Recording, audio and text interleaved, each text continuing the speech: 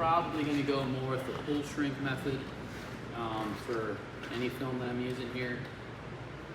I like to, again, try to use that tension on the film, but again, there's a lot of huge fingers that'll be on this window, so having that extra film that I can pull on is going to be good. So not that I won't use a pattern, but if I use the pattern off the software and the plotter is going to cut it out, I'm going to try to maneuver to where when it cuts it in the piece of film, it cuts it near the center of the piece of film, so I have a lot of excess on the top and bottom.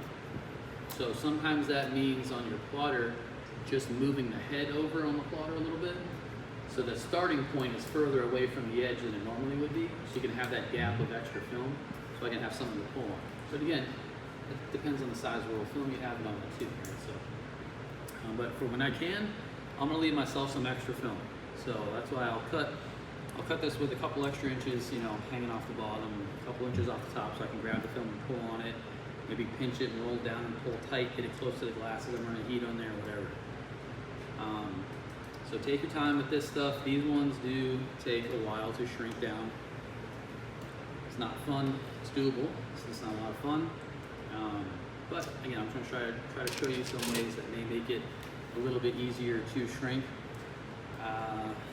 This one here, I can't really demo too many variations on how I shrink because it kind of the only way to get it done is really going to be with the pull. The most successful way to get it done is going to be by pulling. But you'll see I'll throw some air underneath a little bit too, kind of warm up the underneath side as I hit the top too at time to time, but it's going to be a lot of pulling on this one. It's going to be the easiest way to get it. So I'll let these things totally dry before we continue anything.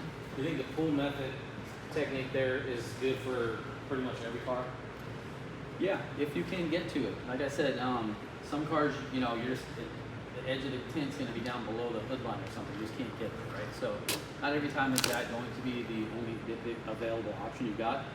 And honestly, this one here, I can pull, but again, this sticks out here. So I can only pull and shrink it so far down before I'm going to have to find another method to finish shrinking on the very bottom edge, because I'm just going to run out of ability to, I'm not holding it, I can't get it on the window anymore once I'm pulling down here. So only so much is going to actually shrink to the glass. But like I said, we'll give it here another minute or so. A couple little wet spots in there.